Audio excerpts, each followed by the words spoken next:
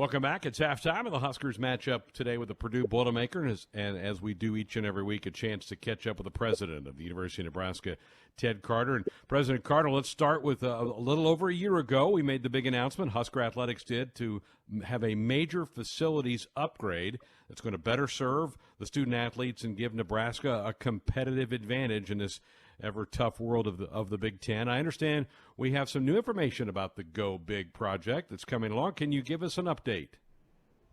Sure, Greg. Well, Husker Athletics is not immune from the effects of COVID-19, as we've seen across the entire country.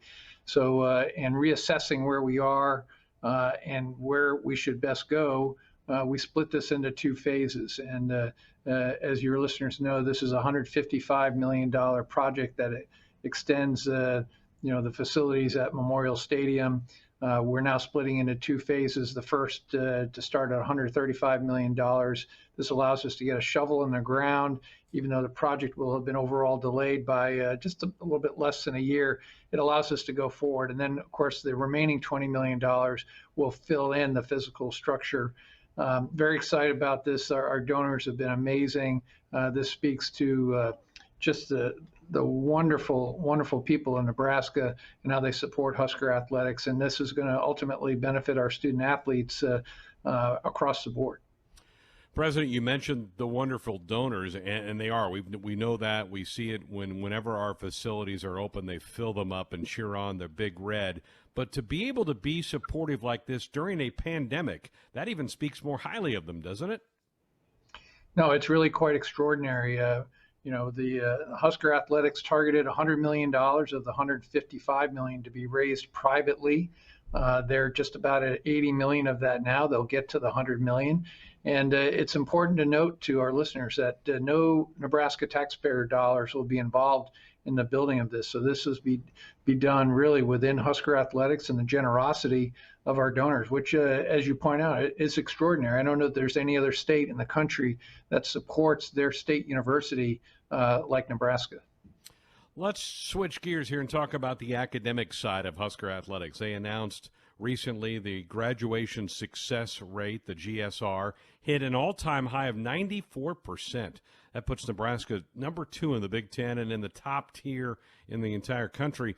How has Nebraska been able to be so successful in helping their students succeed both on the playing surface and off the playing surface as well?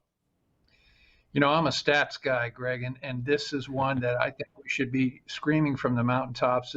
We should be so proud of what Husker Athletics has done and what they continue to do.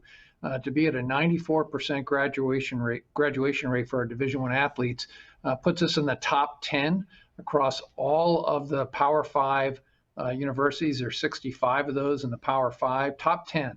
And it puts us in the top couple percent nationwide. As you know, I came from the Naval Academy. We had a bragging right about our graduation rate and our athletes, and this competes with the service academies. I mean, this is almost exact same number. It's really incredible. It speaks to our student athletes. It really speaks to our coaches. And if you were to dissect this just a little bit more and look at our women's Division I athletics programs, and I'm talking about basketball, tennis, and volleyball, 100% graduation rate over the last 16 years. It is absolutely astounding statistically. And this is just the magnificence of our Division I sports programs here at Nebraska.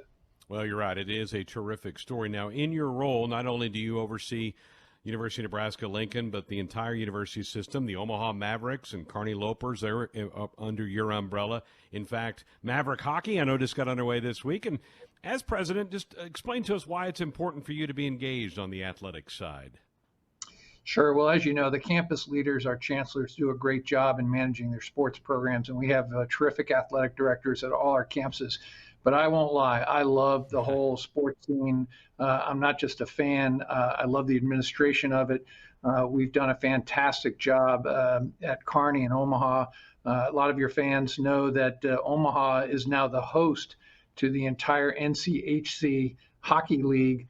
Some of the top Division I ice hockey in the country, playing 40 games in December, all in Omaha in a pod atmosphere. What a great credit to the Mavericks athletic department and their ice hockey program. So go Mavs! And out in Kearney, of course, great football season, although much abbreviated. They've got great volleyball there and great basketball playing at the top level of Division II. So I guess the point is, as big of a state as we are, we have athletics spread out throughout the entire state within the university system, and there's something for everybody out there.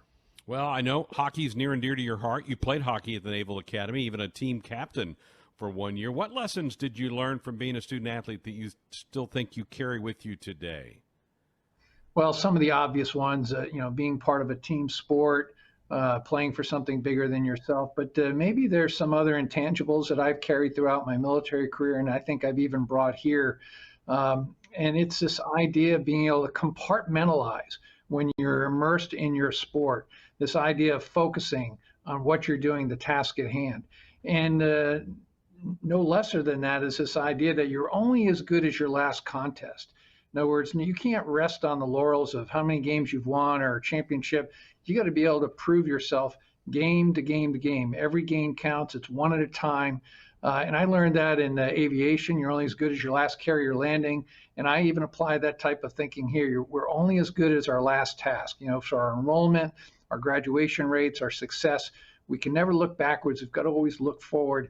And everything we do here is team sport. And I carry that throughout my entire life. What a wonderful message. President, thank you so much. Enjoy the second half. All right, Greg. Go Big Red. There he is, President Ted Carter, with us here at halftime. We've got more coming up next.